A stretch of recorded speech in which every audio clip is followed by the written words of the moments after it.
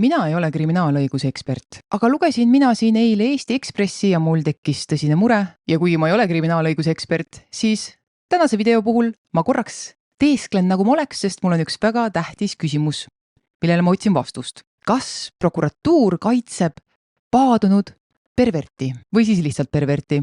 Kui paadunud ta on või ei ole?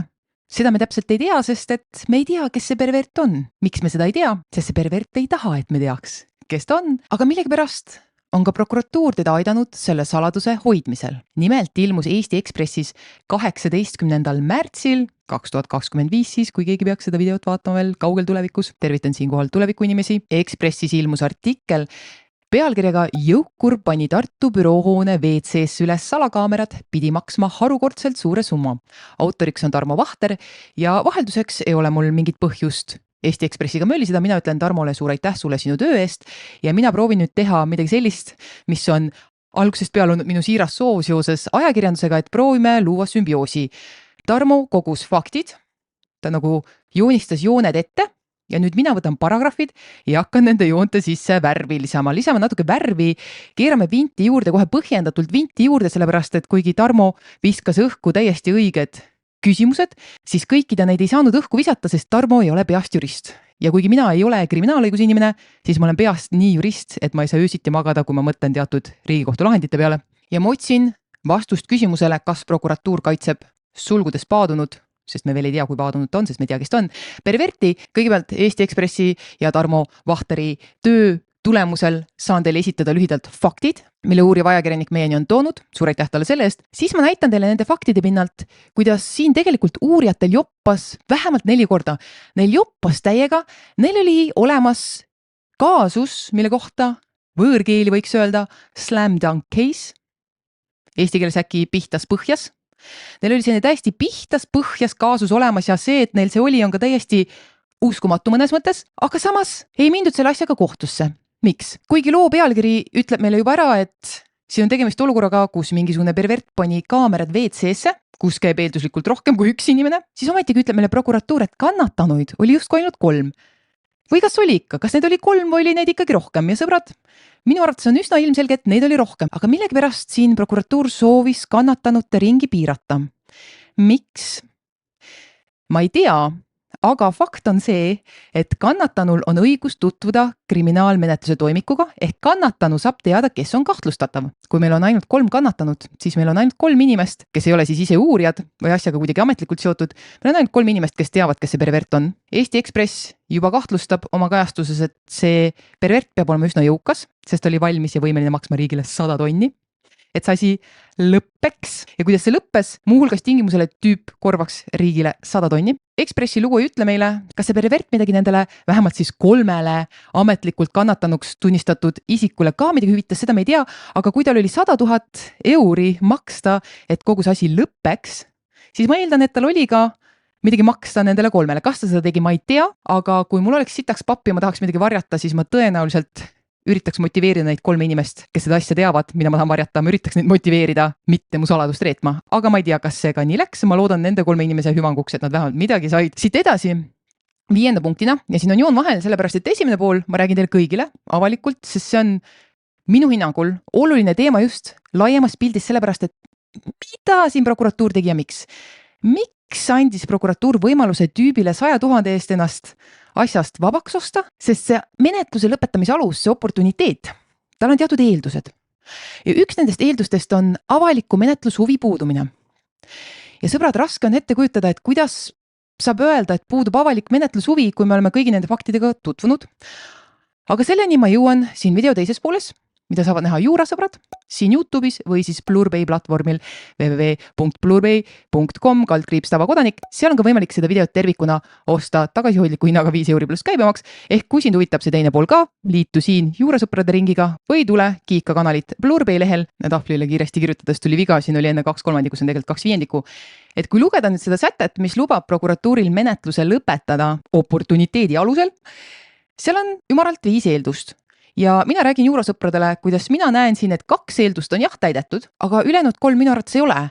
Ehk mina üldse ei näe, kuidas siin oli võimalik oportuniteedi alusel menetlust lõpetada. Ja mida see tähendab, on muuhulgas see, et kuna asi ei läinud kohtusse, siis materjalid pole avalikud, prokuratuur ja politsei näiteks Eesti Ekspressile ajakirjaniku päringu peale ei öelnud, kes see pervert oli, räägitakse isikuandmete kaitsest ja nii edasi. Kui asi oleks kohtumenetluseni jõudnud, siis me saaks teada, kes oli.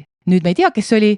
Need 3 kannatanud teavad, kes oli, aga sõbrad, see kaasus puudutas palju suuremat ringi inimesi. Tegelikult oli kannatanute ring palju suurem, aga kuna asi ei läinud kohtusse, ainus, mis meil on kohtueelse menetluse, kriminaalmenetluse materjalid. Nende kohta, kui ma vaatasin normide rägastikku, tundus tõesti, et mul nagu ei olegi kuskilt kinni hakata, et selle perverdi nime välja nõuda. Ja sellest ma tahan ka rääkida juurasõpradele, küsida, et kas see jääbki igavesti saladuseks või on kuidagi variant kuidagi seda infot kätte saada. Ja veel ühe lisapunktina juurasõpradele ma räägin teile sellisest asjast nagu, ütleme praegu lihtsustatult, DNA-register. Ja ma tahan teile rääkida sellest, et isegi kui sa vabatahtlikult sinna oma andmed loovutad teatud eesmärgil, siis võib ikka juhtuda, et kriminaalmenetluses võidakse neid kasutada.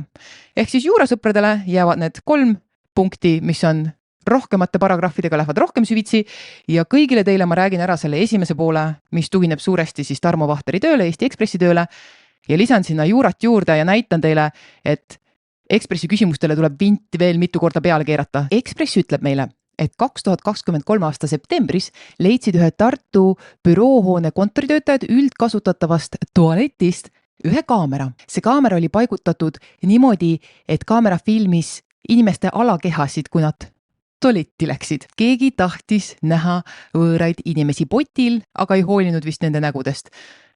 Aga ma rõhutan siinkohal, kui sa tead neid inimesi, vähemalt sel määral, et sa näed neid seal büroohoones, siis sa tunned inimesed ära riiete järgi näiteks, kehakujude järgi, võimalik, et ka muude spetsiifiliste tunnusmärkide järgi, ehk anonüümsed need inimesed ei olnud, erinevalt sellest, mida prokuratuur tahab väita, aga selleni me veel jõuame. Ühesõnaga, ühed inimesed leidsid kaamera, nad viisid selle politseisse ja siis oktoobris, samal aastal 2023 oktoobris, leiti teine kaamera. Esimesest kaamerast jäi pervert ilma ja ta läks ja kurat pani teise kaamera. Mida see teine kaamera täpselt filmis, seda ma Ekspressist niimoodi välja ei loe, sest esimese kohta oli arvata, et oli kleebitud kraanikausi alla. Teise kohta on öeldud, et selle inimese, kes seda kaamerat leidis, tema tähelepanu äratas seinal olev must karbike. Mis kõrguselt oli või mis nurgalt ta filmis seda siit selle teise kaamera kohta nii täpselt ei selgu, aga see kaamera viidi ka politseisse. Kas oli sama WC, seda ma ei tea, aga Ekspressi kajastuse järgi see oli sama büroohoone, sest Ekspress kirjutab, et töötaja teadis selle teise kaamera leidmisel, et ühest büroohoone WC-st leiti hiljuti salakaamera. Kuna need käänded on siin ühest büroohoone WC-st, mitte ühe büroohoone WC-st, et mingi kuskil teine büroohoone, vaid selle sama büroohoone ühest WC-st juba leiti, siis ma eeldan, et tegemist on sama hoonega, ma ei tea, kas sama WC. 2 kaamerat on juba politseisse jõudnud. Kaamera pealt leitakse DNA-d, see saadetakse ekspertiisi ja siis juhtub niimoodi, et sellele DNA proovi tulemusele nendele andmetele leidub vaste riiklikus süüteomenetluse biomeetria registris. Juba novembriks, sama aasta novembriks on politseil perverdi nimi teada. See tähendab, et juba 2023 aasta novembris on uurijatel perverdi nimi teada.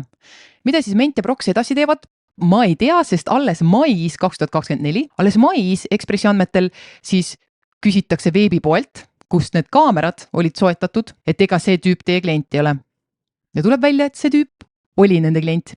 Video filmimise tuhinas jäi mul täiesti tähelepanuta väga oluline fakt. Nimelt sedastab Ekspress ja ma tsiteerin, uurija küsis 7. mail 2024. aastal veebipolt järele, kas tegu on nende kliendiga. Vastus osutus jaatavaks. Sama isik oli ostnud 3 erinevat salakaamerat. Ehk see pervert ostis samast veebipoest 3 erinevat salakaamerat ja Eesti Ekspressi artiklist ei nähtu, mis sellest 3. kaamerast sai, sest me saame teada, et 2 tükki leiti üles ja viidi politseisse, aga kuhu jäi 3. kaamera, mis sellest sai, sest Ekspress ütleb meile ka, et perverdi kodu ega töökohta läbi ei otsitud. Perverdi isik on teada nii DNA proovist, mis saadi kaamera pealt, kui ka veebi poolt on kinnitus, et jah, seesama tüüp on siit kaamera ostnud. Muidugi ma ütlen tüüp, ma ei tea, võib-olla see oli naine, võis olla naine. Me ei tea, kes on, sest see on saladus. Ekspress mainib veel, et see teine kaamera oli veidi kallim kui esimene ja see teine kallim kaamera siis Ekspressi sõnul hakkas salvestama keha liikumisega kaasneva soojuse peale ja suutis filmida 8 tundi jutti. Ja siis märgib meil Eesti Ekspress, et tegelikult seesama pervert on ka jäänud iseenda kaamera pilti ja seda Ekspressi sõnul koduses keskkonnas. Millal politsei seda avastas, et tüüp ise on jäänud kaamera pilti, millal see siin ajajoonel toimus, ei tea, aga meil on DNA proovi järgi nimi teada veebipoe kinnitusnimele ja tüübi nägu on kaamerapildis. Või naise. Ütlen edaspidi lihtsuses mõttes tüüp. Tüüp võib naine olla. Lepime kokku. 2024 juunis kuulatakse tüüp üle. Tüüp kahetseb. Ma pakun, et ta kahetseb, et ta jäi vahele, mitte et ta tegi, sest ta ei teinud ainult ühe korra, ta tegi vähemalt 2 korda. Aga teate mis? Ei otsita läbi tema kodu ega tema arvutit. Ja vaat see on üks suur mida perset hetk. Kuidas on võimalik, et selle inimese arvutit läbi ei vaadatud? Kui sul on selline pervert, kes pärast seda, kui tema esimene kaamera kuskil WC-s leitakse ja see sealt ära kaob, läheb ja hangib kallima ja parema kaamera ja paneb selle uuesti ülesse ja jääb teist korda vahele ja siis, kui ta saadakse kätte, siis ei vaadata isegi mitte tema arvutit läbi, et kuule, meil on siin veits perverssete kalduvustega inimene, et on täiesti põhjendatud arvata, et tema arvutis võib olla muud kraami, aga arvutit ei vaadata läbi. Miks? Kes see inimene on, keda nii hellalt koheldakse siin, et isegi arvutit ega telefoni ei vaadatud läbi? Ma ütlesin teile enne, et siin uurijatel joppas, kohe mitu korda joppas. Esiteks, neil joppas sellega, et tüübi DNA andmed olid olemas riiklikus süüteomenetluse biomeetria registris. Selle kohta märgib Ekspress, et Eesti riik ei korja ega talleta kõigi inimeste DNA andmeid. DNA proov võetakse siis, kui kedagi kahtlustatakse mingisuguses kriminaal- või väärteos. Saadud infot säilitatakse riiklikus süüteomenetluse biomeetria registris. Jah ja ei. Ekspress jätab sellest mulje, nagu justkui oleks seda inimest kindlasti varem kahtlustatud mingisuguses kriminaal- või väärteos, aga see ei pruugi olla ainus põhjus, miks ta andmed seal registris on olemas, sest sinna registrisse on võimalik ka vabatahtlikult andmeid anda kindlal eesmärgil. Näiteks, kui sinuga midagi juhtub, aga laip ei ole näiteks välimuse tõttu enam äratuntav, siis on võimalik DNA proovi abil sinu isikut tuvastada, kui sinuga midagi hirmsat juhtub ja sinna on niimoodi võimalik vabatahtlikult ka oma andmeid anda ja juurasõpradele ma räägin video teises pooles, et isegi vabatahtlikult niimoodi teatud eesmärgil antud andmed võivad sattuda sinna valimisse, kus siis otsitakse vastet mingile teo toimepanijale. Isegi kui sa andsid need andmed vabatahtlikult muul eesmärgil, sellest ma räägin pärast juurasõpradele, aga põhimõtteliselt uurijatel täiega joppas, et need DNA andmed seal üldse olemas olid, aga rõhutan erinevalt Ekspressi nii-öelda ridade vahelt sedastatud sellisest vihjest, et wink-wink, miks ta andmed seal olid, see ei pruugi veel tähendada, et ta on varasemalt midagi teinud. See võib, aga ei pruugi ja sellest ma räägin pärast juurasõpradele. Nüüd teine asi, või tegelikult mul läks järjekord sassi, esimene asi, millega uurijatel joppas oli see, et kaameral üldse DNA jälgi oli. Selles mõttes, et intelligentne pervert oleks, ma ei tea, kummikindad kätte pannud või midagi kaamerat käsitledes, see pervert nii intelligentne ei olnud, et ta üldse näppis seda ise määral, et sealt oli võimalik saada selline proov, millest reaalselt oli võimalik saada tema DNA andmeid. See oli tegelikult esimene joppamine. Teine joppamine oli see, et ja märksa suurem selles mõttes, et mis on tõenäosus, et selle inimese andmed on juba seal registris olemas. Suurem joppamine oli see, et tema andmed olid riiklikus süüteomenetluse biomeetria registris juba olemas. Kolmas joppamine oli see, et tüüp oli ise kaamera pildis nähtav oma koduses keskkonnas. Taaskord tegemist ei ole väga intelligentse perverdiga, võrdlemisi lohaka ja või rumala perverdiga, et ühtepidi näppis liialt seda kaamerat, kuidagi olid ta andmed juba registris olemas ja siis ta veel jäi kaamerapilti koduses keskkonnas ja ta ostis vähemalt ühe kaameratest, ma ei tea, kas mõlemad, aga vähemalt ühe, tegelikult siiski hoopis 3 Ekspressi andmetel ostis pervert samast veebipoest 3 erinevat salakaamerat. Küsin taaskord, mis kurat sai sellest 3. kaamerast? Veebipoest enda nime alt, taaskord. Mitte kõige targem pervert. Võib-olla siis tuleks siit järeldada, et ta ei ole ka vilunud pervert, aga eks ta nüüd saab siis oma oskusi ja praktikat ja andeid ja kõike lihvida, sest me ei tea, kes ta on, me ei oska teda karta. Järgmine kord on targem, paneb kummikindad kätte, ei satu mingit tema kehalt jälge, kust saaks DNA proovi, kust saaks DNA andmeid, mis tõttu siis ei saa teda kokku viia kellegagi, ei osta enda nime alt. Internetist on täiesti võimalik igasuguste virtuaalkaartidega, igasugustel viisidel või siis, ma ei tea, palud sõbral osta. Räägime siis vähem hämaralt, palud sõbral osta. Sõber ei kahtlusta ka midagi või sa annad sõbrale mingi väikest kommiraha või midagi. Mis sõbrale kommiraha, annad mingi sulle pompsule kuskil suvalise nurga peal, lubad mingi pudeli pokki ja ongi juba olemas sul see kaamera. Ja noh, ma ei tea, ära filmi ennast, eks see pervert saab nüüd rahus õppida nendest vigadest ja asjaga edasi panna, aga vähemalt 4 asjaga niimoodi joppas uurijatel. Nagu öeldud video alguses, see on pihtas põhjas kaasus. Siin pole võimalust kaotada seda. Kui siin just mingi menetluslikult ilgelt pläkk ei ole selle kohta, ma ei tea, sest Ekspress seda ei maini ja kui Ekspressi ajakirjanik ise vaatas toimikut, siis ta seal võib-olla menetlustoimingute kirjeldusi lugedes ei saaks aru, kas oli kuskil viga ja mina ka tõenäoliselt ei saaks, sest ma ei ole kriminaalõiguse ekspert, aga oletame korraks, et siin ühegi fakti või ühegi tõendi leidmisel mingit räiget bläkki ei tehtud proksi või mendi poolt. Proks annab juhised ja ment vist käib nii, jah? Ma eeldan, et käib nii, ma ütlen, ma ei ole kriminaalõiguse inimene. Neil joppas nii retsilt, aga siis, mis siis juhtus? Kriminaalmenetlus lõpetati. Aga miks? Miks? Kuidas? Mis mõttes? Enne kui me jõuame selleni, et kuidas see kogu menetlus niimoodi lõpetati, et me isegi ei saanud teada, kes see pervert oli, siis ma tahaks teie tähelepanu juhtida sellele, et prokuratuur peksab siin segast. Nimelt vahendab meile Ekspress prokuröri selgitusi, see prokurör, kes siis seda uurimist toona juhtis, ja nendes selgitustes on palju hülgepaska. Näiteks, prokurör väidab, et sisuliselt oli videomaterjal anonüümne. Ekspressis toodud selline tsitaat. Sisuliselt jäi delikaatne pildimaterjal anonüümseks, selgitab prokurör Koitmäe oma mõttekäiku. Tema sõnul polnud videoid võimalik kokku viia konkreetsete inimestega. Aga mida perset? Mis mõttes? Kui videopildist on näha inimest tualetis, siis on näha ka vähemalt tema alakeha katvaid riideid, millega ta sinna tualetti läheb. Me teame, millises büroohoones ja millises vetsus, tähendab meie ei tea, mina ei tea, Ekspress ei tea, aga prokurör teab, uurijad teadsid, millises büroohoones, millises vetsus need kaamerad olid ja selle büroohoone vastava korruse või sektsiooni või mis iganes, kes see seltskond on, kes just seda ühte või neid kahte WC-sid külastas, jällegi ma ei tea, kas mõlemad kaamerad pandi samasse WC-sse või kahte erinevasse, vahet ei ole.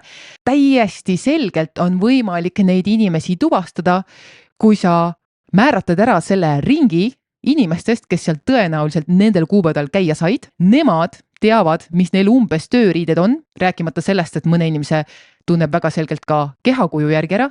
Need inimesed on selgelt tuvastatavad, küll mitte suvalisele keskmisele inimesele. Näiteks mina ei suudaks tuvastada, kui ma vaataks seda videot, sest ma ei tea, kes need inimesed võivad olla, pole elu seest tõenäoliselt näinudki, kokku puutunud. Aga need, kes seal pildis on, need ise saaksid ennast tuvastada, mis tähendab, et see ei ole anonüümne pildimaterjal, kui inimene ise saaks ennast sealt tuvastada. Ja see on väga oluline muideks, see ei ole niisama, kas me vaidleme siin õigusteoreetiliselt, et kas on anonüümne või ei ole anonüümne mingisuguse isikuandmete kaitse mõttes või midagi sellist. Ei, persse see teooria, räägime praktikast. Kuna prokurör Koitmäe arvas, et see on ju anonüümne pildimaterjal, siis ta tegi järeldus, et seal on ainult 3 kannatanut. Need inimesed, kes leidsid need kaamerad ja kelle nägu jäi seetõttu kaamerapilti, tema arvas, et aga rohkem meil ei olegi. Aga mis kuradi mõttes? Meil on kohe kindlasti rohkem kannatanuid, sest sõbrad tuleb välja, et esimese kaamera peal oli 56 videofaili ja teise peal 557 videofaili, mille kohta muideks on Ekspressis märgitud, et uurimise andmetel jäi salafilmimise aeg suhteliselt lühikeseks, et pikalt need kaamerad seal ju ei olnud. Persse see, et seal nagu üle 600 videofaili oli, aga pikalt need kaamerad seal ei olnud. Ehk meil on raudpolt palju rohkem inimesi, keda seal niimoodi salaja filmiti, kes on seega kannatanud, keda uurija oleks saanud teavitada, tuvastada, ilma ka teiste isikuandmeid kuidagi ebamääraselt avalikustamata. Nad oleks saanud nende kontori inimestega ühendust võtta, uurida, kes, mis kuupäevadel, mis kellaaegadel tööl oli ja võis seda tualetti kasutada, uurida neilt, mis neil seljas oli ja rohkem inimesi leida kui need 3 kannatanut, aga nad ei teinud seda. Miks? Mida see tähendab, et on ainult 3 kannatanut? Nagu ma enne ütlesin, see tähendab, et need 3 inimest on peale uurijate perverdi enda need, kes võisid teada saada, kes see pervert on. Nemad teavad, kes see pervert oli. Kui kannatanute ring oleks suurem, oleks rohkem inimesi, kes teaksid, kes see pervert oli. Ja mitte ainult seda, kannatanud saavad menetluse lõpetamist vaidlustada. Mida rohkem kannatanuid, seda suurem tõenäosus, et keegi tahab seda vaidlustada. Mida kannatanud veel saavad teha? Nad saaksid tsiviilhagi esitada. Kellegi salaja vetsus filmimine on nende privaatsusõiguse riive. Selle eest saab ka tsiviilhagi esitada, kahju nõuda, mitte varralise kahju tekitamisest nõuda kahju sellelt toimepanijalt. Ja selle perverdi poolt makstud summa 100 000 eurot lubab meil arvata, et ta on üsna jõukas, mistõttu seal oleks tõenäoliselt olnud mida võtta. Aga ei. Ainult 3 inimest said selle privileegi, et olla menetluses kannatanu positsioonis. Nemad teavad, kes see pervert oli. Nemad oleks saanud kahjuhüvitist nõuda. Kui see pervert on jõukas, siis saab eeldada, et ta juba eos lahendab need vaidlused kohtuväliselt ära ja pakub mingi kennakese summa nendele inimestele. Mida vähem neid kannatanuid on, seda vähem raha, mida välja peab käima, seda väiksem risk, et tema isik avalikuks tuleb. Lisaks märgitakse ka, et pervert kahetses. Või et nii. Vaadake, kui oleks üks kaamera olnud, siis ma võiks öelda, et okei, võib-olla kahetseski, ma ei tea, mida iganes, tegelikult ma ütleks siis ka, aga suva. Seal oli 2 kaamerat. Esimest jäi ilma, läks ja ostis veel parema kaamera, pani selle uuesti üles. Ja nüüd ta kahetseb järsku või? Ta ei kahetse, mida ta tegi, ta kahetseb, et ta vahele jäi, see on nii kuradi ilmselge ja fakt, et oli 2 kaamerat ja teine oli parem kui eelmine. On nii veekindel argument, et öelda, et ta ei kahetse sittagi peale vahelejäämise, aga millepärast Proksi see kuidagi nagu, ma ei tea, Proks nagu mõtleb, et kuidagi teisiti siin. Ja veel üks kirss selle hülgepasa tordil, mida me siis siit Proksi poolt saame, on väide, mida Ekspress vahendab, et WC videoid ta kusagil avalikustanud ei ole. Aga kust uurijad ja Proks seda teavad? Nad ei otsinud läbi perverdi telefoni ega arvutit. Kust nad teavad, et ta ei ole neid avalikustanud? Kas tema ütluste pinnalt või? Kui nad arvutit ja telefoni läbi ei otsinud, siis nad ei saa öelda kindlalt, et neid videosid kuskile ei lekitatud, et need kuhugi ei rännanud. Kuidas nad saaksid seda väita, kui nad ei ole arvutit ega telefoni läbi otsinud? Võib-olla on menetlustoimikus vastus olemas, võib-olla ei ole. Ja kõige selle peale küsin mina, mida kuradit, miks seda perverti siin nii väga kaitstakse? Ja kui mina oleksin üks nendest inimestest, kes seal büroohoones töötab, kes võis seal vetsus käia, ja kui mul oleks aega, raha ja viitsimist sellele lisaks, mina tõmbaks sae käima, sest et see, kas keegi teine teab, et see oli minu tagumik, mis seal prilllaual istus, pole relevantne. Fakt on see, et neid inimesi jääb tõenäoliselt elu lõpuni kummitama hirm, et kuskil vetsus on kaamera. Muideks mul on ka see hirm alati mitte just vetsus, aga kui ma lähen kuskile hotelli või kuskile üürikorterisse mingi Airbnb-sse või midagi, alati mõtled, kas siin on kuskil mingi kaamera? Sest kunagi ei tea, neid lugusid on ju igal pool igasuguseid ja alati mõtled, et Eestis ikka vast nii ei tehta. Ja tehakse, kurat, mingi pervert teeb, mingi jõukas pervert teeb ja mitte 1 korra, vaid vähemalt 2 korda. Tuletan veel kord meelde, tüüp ostis samast veebipoist 3 erinevat salakaamerat ehk mis sai sellest 3. kaamerast. Aga ta pääseb mõnes mõttes karistamatult. Jah, ta maksab raha, aga ringisikutest, kes teavad, kes see pervert on, jääb väga-väga väikeseks ja see ei tundu kohe üldse mitte õiglane ja see ei tundu mulle ka olevat kooskõlas kehtiva õigusega. Nii. Tegu oli toime pandud, lausa mitu tegu, sest tüüp pani ju 2 korda, 2 erinevat kaamerat üles, et inimesi salaja peldikus filmida. Tüübi nimi oli teada ja kinnitatud, neil oli DNA proovi tulemusel saadud andmed, mis klappisid isiku profiiliga riiklikus süüteomenetluse biomeetria registris. Neil oli veebipost kinnitus, et jah, see tüüp on neilt soetanud kaamera, ma ei tea, kas mõlemad või ühe neist, aga vähemalt 1 kaamera. Ja neil oli isiku kärss videopildis. Põhjas kaasus ja siis lõpetatakse kriminaalmenetlus ära ja selle nähtuse nimi, mille alusel ta ära lõpetati, on oportuniteet. Kriminaalmenetluse seadustiku paragrahv 202 pealkirjaga kriminaalmenetluse lõpetamine avaliku menetlushuvi puudumise korral ja kui süü ei ole suur. Taaskord ma ei ole kriminaalõiguse ekspert, aga ma küsin, mida perset, sellepärast et mida perset? Kui seda sätet lugeda, esimest lõiget, siis on siin 5 eeldust, mis peavad olema täidetud, et saaks menetluse lõpetada oportuniteedi alusel. Üks neist 5 tingimusest on see, et asja suhtes puudub avalik menetlushuvi. Ja sõbrad, aru ma ei saa, kuidas Proks sai siin arvata, et puudub avalik menetlushuvi. Ma ei hakka teiega laskuma üksikasjadesse, ma ütlen teile, et minu hinnangul on siin selgelt täidetud ainult 2 5 eeldusest.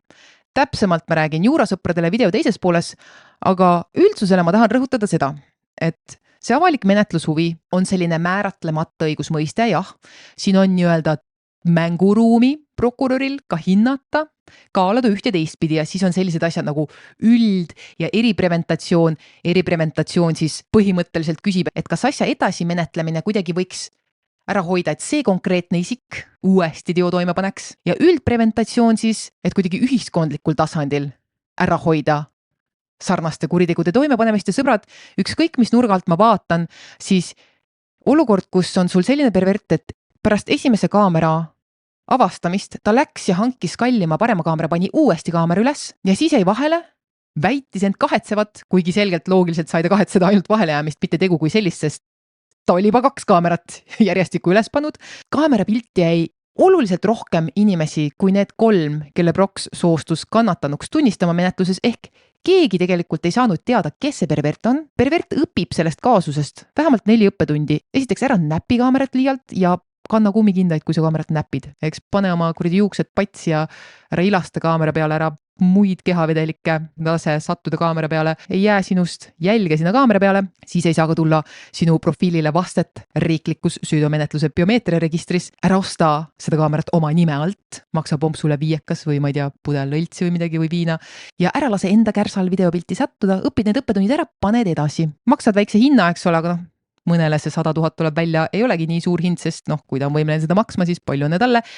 Aga meil on inimene, kes sisuliselt sai õppida siin, kuidas paremini ja tõhusamalt, edukamalt pervert olla, ilma et vahele jääda. Ma ei tea, kas ja kui palju ta nendele 3 siis kannatanuks tunnistanud inimesele tasuma pidi, aga ta eksisteerib tartlaste seas edasi.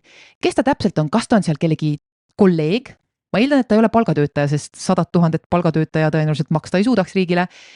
Ta on tõenäoliselt jõukam ja mõjukam kui palgatöötaja.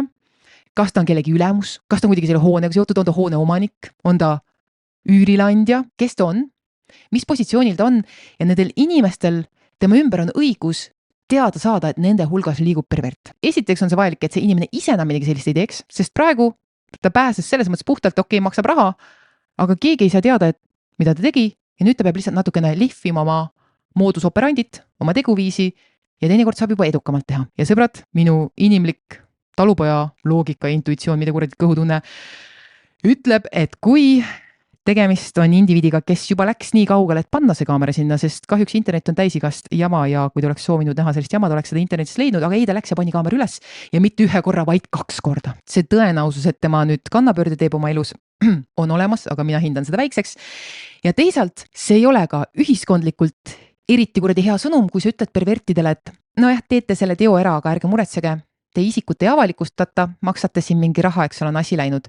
Ja sõbrad, sellistes asjades on avalik häbipost ainus tõhus meede, ainus tõhus preventatiivne meede, aga jällegi ma ei ole kriminaalõiguse ekspert, küll aga ma nüüd üritan natuke rohkem detailidesse minna juurasõprade jaoks, ehk siis kui sind huvitab nende 5 eelduse läbi hekseldamine, kui sind huvitab küsimus sellest, et kas meil ei olegi võimalik teada saada, kes see tüüp on ja kui sind huvitab ka küsimus sellest, et mis siis, kui sa vabatahtlikult annad oma DNA proovi ja sellest saadud andmed riikliku süüteomenetluse biomeetria registrisse, ma üritan kogu aeg meeles pidada selle registri nime, kui sinna registrisse annad need andmed vabatahtlikult selleks, et kui suga midagi juhtub, et sind on võimalik tuvastada, et siis tegelikult on võimalik, et need andmeid kasutatakse ka ikkagi mingi kahtlustatava isiku tuvastamisel.